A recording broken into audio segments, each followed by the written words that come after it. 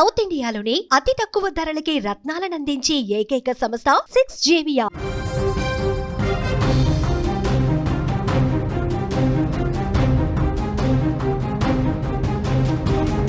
KPHB భార్యాభర్తల ఆత్మహత్యలో కీలక మలుపు చోటు చేసుకుంది. ఆత్మహత్య యత్నంలో భార్య యూటర్న్ తీసుకుంది.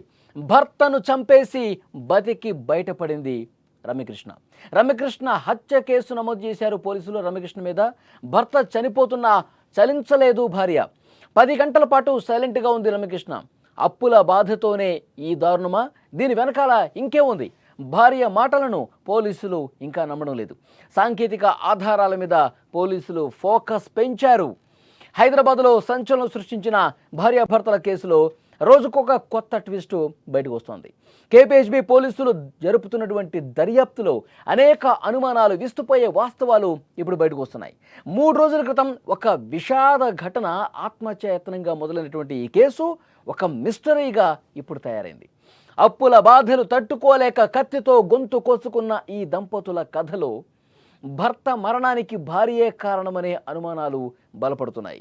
అయితే ఈ కేసులో పోలీసులు అనేక కోణాల దర్యాప్తు చేస్తున్నారు.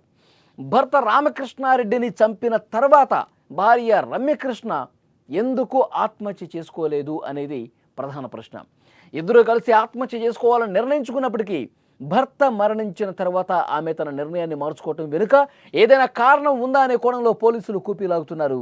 భర్త ప్రాణాలు గాల్లో ఒకవైపు కలిసిపోతుంటే అంబులెన్స్కు ఫోన్ చేయకపోవటం, పోలీసులకు సమాచారం ఇవ్వకపోవటం అనేక అనుమానాలకు తావిస్తున్న పరిస్థితుంది. ఈ ఘటన జరిగిన తర్వాత పోలీసులు అక్కడికి వచ్చారు. ఆ ఘటన స్థలాన్ని పరిశీలించారు. భార్యని క్వశ్చన్ చేశారు. ఏం జరిగింది అని అడిగినప్పుడు, మేము ఆత్మహత్య చేసుకోవాలనుకున్నాం, అప్పుల బాధ ఎక్కువైపోయింది, బతకడమే కష్టమైపోయింది, ఇక చచ్చిపోదాం అని చెప్పి నిర్ణయించుకుని మేము ఈ పని చేశాము. నేనే నా భర్త గొంతు కోశాను, తర్వాత నేను కూడా చచ్చిపోదాం అనుకున్నాను, కానీ నాకు ధైర్యం సరిపోలేదు. నా భర్త చనిపోయాడు, నేను కూడా చనిపోదాం అనుకునే సమయానికి నాకు ధైర్యం సరిపోలేదు. నేను గొంతు కోసుకున్నాను కానీ ధైర్యం సరిపోక అలాగే ఉండిపోయాను. ఆ షాక్లో ఇంకా నేను ఉండిపోయాను. నా భర్త చనిపోయాడని చెప్పి ఆమె పోలీసులకు చెప్పింది. కానీ పోలీసులు ఇంకా ఈ విషయాన్ని నమ్మటం లేదు. దీని వెనకాల ఇంకో ఏదో రీజన్ ఉంది. భర్త చనిపోయినప్పుడు నిజంగా కలిసి చనిపోవాలి అనుకున్నప్పుడు భార్య కూడా గొంతు కోసుకొని చచ్చిపోతుంది. కానీ ఎందుకు ఆ విధంగా జరగలేదు? దీని వెనకాల కారణం ఏంటి?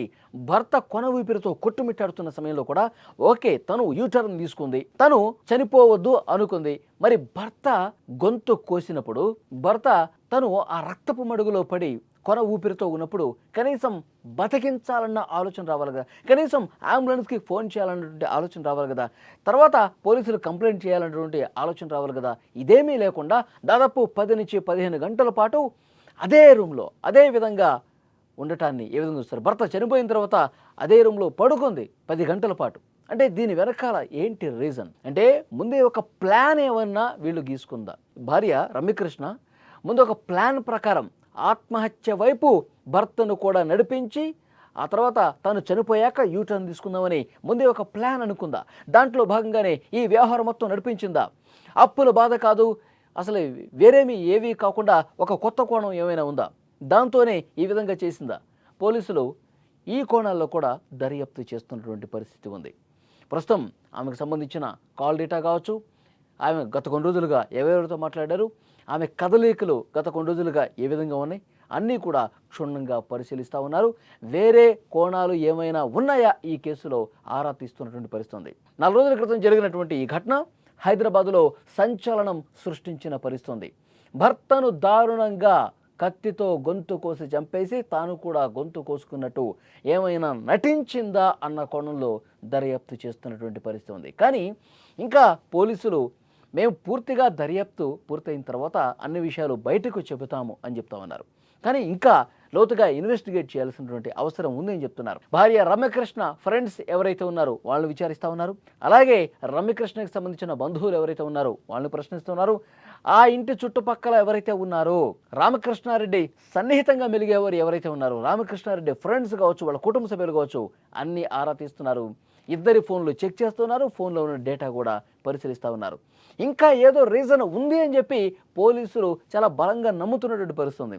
వేరే కారణం ఏదో ఉంది అని చెప్పి పోలీసులు ఇంకా ఆ కోణంలో దర్యాప్తు చేస్తున్న పరిస్థితి ఉంది. సో డెఫినెట్గా ఇవన్నీ కూడా బయటకు రావాల్సినటువంటి అవసరం ఉంది. ఇంకా ఆసుపత్రుల్లోనే ఉంది. స్వల్ప గాయాలతో బయటపడ్డ భార్య రమకృష్ణ ఆసుపత్రిలో చికిత్స తీసుకుంటోంది. ఆమె మీద అనుమానం ఉన్న నేపథ్యంలో భర్తను చంపింది కాబట్టి హత్య కేసు ఆమె మీద నమోదయ్యే అవకాశం కనిపిస్తుంది. ఇంకా ఆధారాలు కూడా పూర్తిగా సంపాదించే పనిలో పోలీసులు ఉన్నారు.